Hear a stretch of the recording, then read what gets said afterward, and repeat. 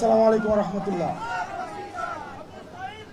প্রথমেই যে বিষয়টা সেটা হচ্ছে বিচারের পাশাপাশি আমাদের প্রথমেই এই সময় এসে আমাদেরকে একটা প্রশ্ন করতে হবে, যারা এত বছর ধরে গত 16 বছর ধরে এই জেল জুলুম অত্যাচার গুম খুন এবং হত্যার সংস্কৃতি বজায় রেখেছে, তাদেরকে কারা এই বাংলাদেশ থেকে সেফ এক্সিট দিয়েছে তাদেরকে খুঁজে বের করতে হবে। কাদেরকে ক্যান্টনমেন্টে আশ্রয় প্রশ্রয় দেওয়া হয়েছে, কারা এদের সাথে জড়িত তাদেরকে খুঁজে বের করতে হবে। পৃথিবীর ইতিহাসে আর কোথাও নেই একই সাথে শিক্ষক, বুদ্ধিজীবী, অভিনেতা, নায়ক, পেশাজীবী, শ্রমজীবী একই সাথে ফ্যাসিস্টের পা চেটেছে। আজকে আমাদের সময় এসেছে তাদেরকে খুঁজে বের করা, যেই ডাক্তার সেদিন আহতদেরকে চিকিৎসা দেয়নি, যেই জনগণের পয়সার কেনার বুলেট যাদের দরকার ছিল, যেই বিজিবি থাকার দরকার ছিল সীমান্তে, তাদেরকে ডেকে এনে তাদেরকে দিয়ে কারা গুলি চালিয়েছে তাদেরকে খুঁজে বের করতে হবে। আমার পুলিশ ভাইদেরকে কারা ব্যবহার করেছে তাদেরকে খুঁজে বের করতে হবে। যাদের কলম এই ফ্যাসিবাদের পক্ষে লিখেছে এই কলমগুলোকে ভাঙতে হবে। যেই যার জিহ্বা এই ফ্যাসিবাদকে সমর্থন জুগিয়েছে এই জিহ্বাগুলোকে আটকাতে হবে। যেই নায়ক, যেই অভিনেতা, যারা সিনেমা বানিয়েছে এই ফ্যাসিবাদের পক্ষে, লক্ষ লক্ষ কোটি দিস্তা কাগজ এই ফ্যাসিবাদের পক্ষে সমর্থন জুগিয়েছে, এই কাগজগুলোকে পোড়াতে হবে। প্রিয় সহযোদ্ধা, আমরা দেখেছি গত 16 বছরে আলেম ওলামাদেরকে, যারা গণতন্ত্রের পক্ষে কথা বলেছে, যারা গণতন্ত্রের পক্ষে কথা বলেছে তাদেরকে যখন জেলে নিয়ে যাওয়া হতো, তাদের কোমরের রশি বেঁধে তাদেরকে জেলে নিয়ে যাওয়া হতো। কিন্তু আমরা দেখছি আজকে যাদের হাতে 2000 শহীদের রক্তের দাগ লেগে আছে, তারা যখন জেল থেকে বের হয় মনে হয় শ্বশুর বাড়িতে পিকনিক করতে আসছে। আমরা খবর পেয়েছি ক্যান্টনমেন্ট গুলাতে, জেলখানা গুলাতে নাকি রাতের বেলায় ব্যাডমিন্টন খেলার আয়োজন করা হয়। প্রশাসন, পুলিশ প্রত্যেকটা স্তরে স্তরে এই ফ্যাসিজমের আখড়া গড়ে উঠেছে। প্রত্যেকটি জায়গা থেকে ফ্যাসিবাদকে উৎখাত করতে হবে। প্রিয় সহযোদ্ধা, আপনারা জানেন 71কে পুঁজি করে আওয়ামী লীগ গত 16টা বছর শত মায়ের বুক খালি করেছে, শত স্ত্রীকে বিধবা করেছে, শত সন্তানকে এতিম করেছে, শত মাকে সন্তান হারা করেছে। এই 71কে পুঁজি করে যারা এই 71কে আওয়ামী লীগীকরণ করেছে তাদেরকে বিচারের আওতায় আনতে হবে।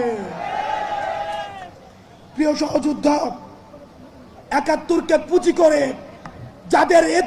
যাদের ইজ্জত লুণ্ঠন করা হয়েছে, যাদেরকে ফাঁসিতে ঝুলানো হয়েছে, যেই ফ্যামিলিগুলোকে মানুষের সামনে লজ্জিত করা হয়েছে, সেই ফ্যামিলিগুলোর ইজ্জত ফিরিয়ে দিতে হবে। প্রিয় সহযোদ্ধা, আপনারা দেখেছেন প্রশ্নবিদ্ধ এক বিচারের মধ্য দিয়ে আমাদের দেশের উল্লেখযোগ্য আলেমদেরকে ফাঁসিতে ঝুলিয়ে হত্যা করা হয়েছে।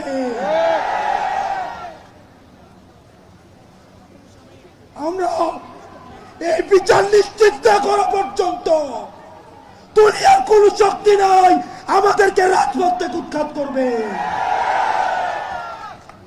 প্রিয় সহযোদ্ধা, আপনারা জানেন ক্ষমতার লোভে অনেক রাজনৈতিক দল আওয়ামী লীগকে মাফ করে দেওয়ার আলাপ তুলেছে। আমরা আপনাদেরকে বলতে চাই, মন্ত্রিত্বের লোভে, ক্ষমতার লোভে, সংসদে যাওয়ার লোভে আপনি যদি মনে করে থাকেন এই আহতরা রাস্তায় রক্ত দিয়েছে, এবং এই রক্তের উপর, এই পিচ্ছিল রক্তের উপর দিয়ে আপনি সংসদে যাবেন, তাহলে মনে রাখবেন জাতীয় বেঈমান হিসেবে পরিচিত হবেন।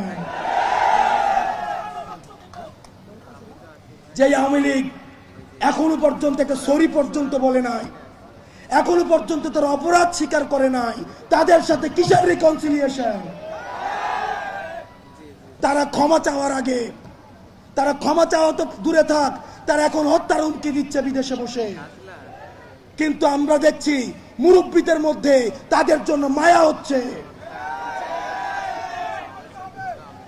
মনে রাখবেন, যারা এই রিকনসিলিয়েশনের আলাপ তুলছেন, আওয়ামী লীগকে নির্বাচনে দেখতে চাচ্ছেন, আপনারা ক্ষমতামুখী, আর আমরা আহত এবং যারা জীবন্ত শহীদ, আমরা হচ্ছে জনতামুখী। যতদিন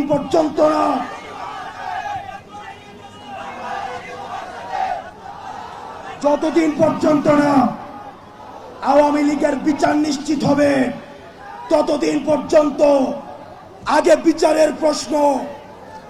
আমি মুরব্বীদেরকে বলতে চাই, যারা বিশেষজ্ঞ রাজনীতিবিদ আছেন, যারা রাজনীতি করছেন, আপনারা ক্ষমতায় যাবেন, গণতন্ত্র প্রতিষ্ঠিত হবে, ভোটাধিকার প্রতিষ্ঠিত হবে, এগুলোর জন্য আমরা আন্দোলন করেছি।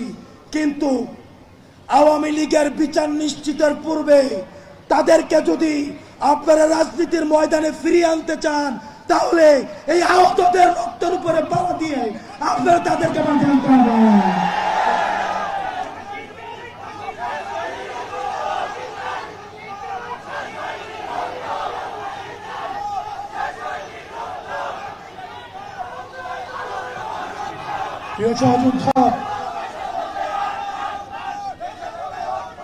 প্রিয় সহযোদ্ধা, আপনারা জানেন আমাদের এই পার্শ্ববর্তী দেশ এখন বাংলাদেশ যাদেরকে জঙ্গি স্বীকৃতি দিয়েছে, তাদেরকে এখন পার্শ্ববর্তী ভারতে আশ্রয় দিচ্ছে। এই ভারতের বেতনভুক্ত কর্মচারী শেখ হাসিনা ভারতের প্রেসক্রিপশনে এই গুম, খুন, হত্যাকাণ্ডগুলোকে চালিয়েছে। এখন আমরা ভারতকে বলতে চাই, ভারত যেন সেফ হাউস অফ টেররিস্ট না হয়ে ওঠে। আমরা ভারতের সাথে আর কোন নীল ডাউন ডিপ্লোমেসিতে যেতে চাই না। নত জানুর কোন ডিপ্লোমেসি ভারতের সাথে চলবে না। ভারতের সাথে সম্পর্ক হবে চোখে চোখ রেখে। আলমের রক্ত আমাদের গায়ে লেগে আছে, আহতর রক্ত আমার গায়ে লেগে আছে। আমার ভাই ইলিয়াস ঘুমিয়েছে, তাদের দুঃখ স্মৃতি আমাদের মনে আছে। তাদের রক্তের উপর দাঁড়িয়ে ভারতের সাথে কোন নত জানু সম্পর্ক আর হবে না।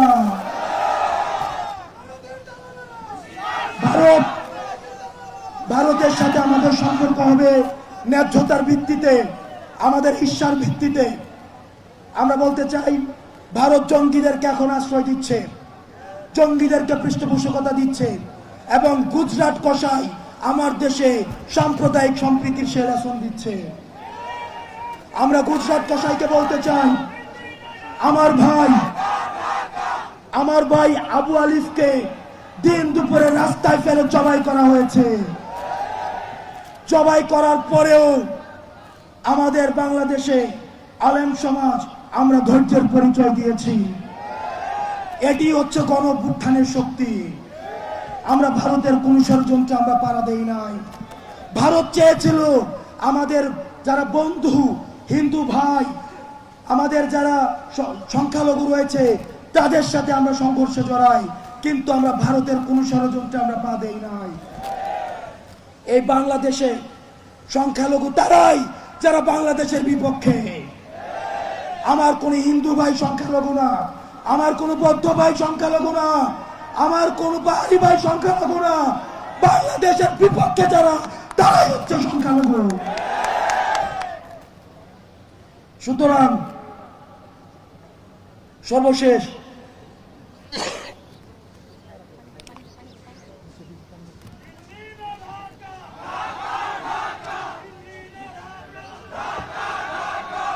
আমরা স্পষ্ট করে বলতে চাই, আসাদুজ্জামান খান কামালকে যখন পুলিশ দেখাচ্ছে, এই ছেলেগুলাকে একটা বুলেট মারা হয় আর 10টা দাঁড়িয়ে যায়।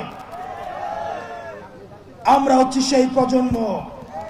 আপনারা যদি মনে করে থাকেন যারা হচ্ছে সমঝোতার রাজনীতিতে বিশ্বাস করেন, যারা চাচ্ছেন ব্যাকডোর দিয়ে সমঝোতা করবেন, মামলা বাণিজ্যের মধ্য দিয়ে সমঝোতা করবেন, মনে রাখবেন এই প্রশস্ত বুকের উপর দিয়ে তাহলে আবার বুলেট যেতে হবে।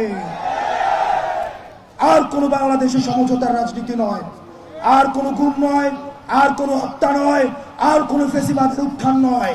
যেখানে ফ্যাসিবাদের উত্থান হবে সেখানেই আমরা একসাথে লড়ব। ওই অপসনা রাজপথ, দালালি না রাজপথ, দালালি না রাজপথ, দালালি না রাজপথ, অপসনা সংগ্রাম, অপসনা সংগ্রাম, দালালি না রাজপথ, মাতৃভূমি অথবা মৃত্যু। আসসালামু আলাইকুম ওয়া রাহমাতুল্লাহ।